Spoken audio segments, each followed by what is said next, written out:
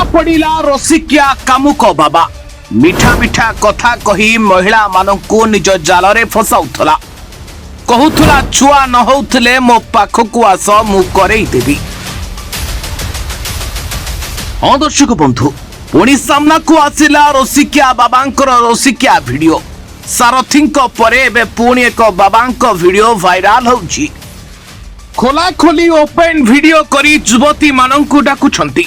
तेबे दर्शक बंधु हाथ ठारी समस्त पाखकु डाकुछंती ए बाबा जनक कहउछंती मो पाखकु आस तुमर छुआ करई देबी तुमर सबु बंध्या दोष को मु दूर करई देबी खाली मो हाथ स्पर्श तुम देह रे बाजिबा दरकार। वर्ष वर्ष धरी छुआ होनथिले ए महाशय कुआडे छुआ करई देउथिले महिलांकर काले बंध्या दोष को दूर करई देउथिले ज्योतिष जनक। पेटरे हाथ बाजिले कुआडे पेटरे छुआ हेई जाउथला पॉकेट रे टंका नथिले कुआडांक मंत्र बाजिले पॉकेट रे टंकार झरणा बहुतला। तेबे दर्शक बंधु महिला मानकु एमिति कही थोपो पकाउथला ए बाबा जनक टंका लुटिबा सहित देहर भोक को मेंटाउथला लवंग दांतरे जाकिबाकू कही दुष्कर्म करुथला ए कामुका बाबा जनक।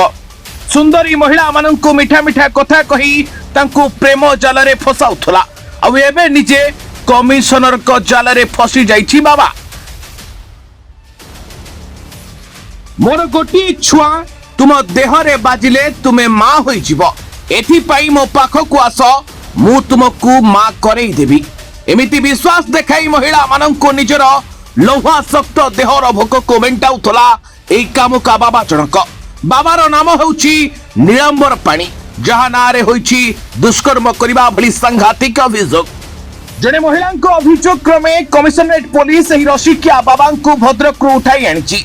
तेबे अभियोग करिथिबा महिलांको एही बाबा संतान प्राप्तिर लोभ देखाई गोटिए बंद घर को डाकुथला दांतरे लवंग जाकिबाकू दउथला आ एहा परे दुष्कर्म करि चलुथला। एही कामुक बाबा सोशल मीडिया रे से ज्योतिष बोली वीडियो छाड़ी प्रमाण दिए कुहे की टंका नथिले मो पाखकु आस छुआ न होउथिले मो पाखकु आस तुमर सबु असुविधा मु पूरा करि देबी जहा परे एही महिला माने कामुक बाबार शिकार होंती। जदि केही एमिति ठकेईर शिकार होंती तबे निकटस्थ थाना रे जाई अभियोग करंतु। Bureau report ATV Odisha live.